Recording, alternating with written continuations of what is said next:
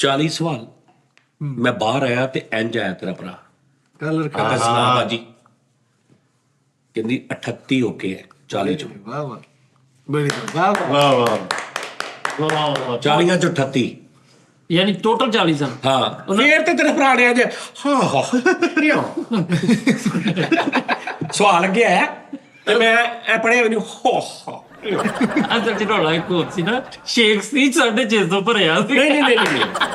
ਉਹ ਵੀਡੀਓਜ਼ ਜਿਹੜੀਆਂ ਸੀ ਨਾ ਅਗਰ ਉੱਤੇ ਮੈਂ ਥੋੜੀ ਸਟੱਡੀ ਕਰ ਲੈਂਦਾ ਨਾ ਤੇ ਇੱਕ ਸਵਾਲ ਤੋਂ ਤਾਂ ਮੈਂ ਰਿਹਾ ਉਸਤਾਦ ਜੀ ਮੈਂ ਵੀਡੀਓਜ਼ ਇੰਜ ਵੀਡੀਓ ਚੱਲੀ ਹੈ ਮੈਂ ਕਿਹਾ ਹੋ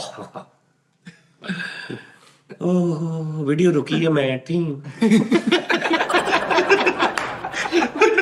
ਅਗਲੀ ਵੀਡੀਓ ਚੱਲੀ ਹੈ ਤੇ ਮੈਂ ਫੇਰ ਉਦਾਂ ਹੀ ਓਹ ਹੋ